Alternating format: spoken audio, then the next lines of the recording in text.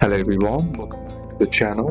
Hope you are doing well and fine, and in today's video I'll be showing you Lenovo LOQ 15 how to open. So without wasting any time, let's just jump right on the video and make sure to watch this video till the end and follow the steps as well. To turn on your Lenovo LOQ 15, what you need to do first is press the home or the power button right here. On the LOQ 15, it is located at the top of the keyboard or on the top right side of the keyboard area according to your models. And if the laptop has battery, it should boot normally. If it doesn't turn on, what you can do is force restart, or if frozen. To do it, what you need to do is to simply hold the power button for 10 to 15 seconds and then release it and then press again. Then what this does, this forces the system to reset, and after a couple of seconds the laptop will reboot.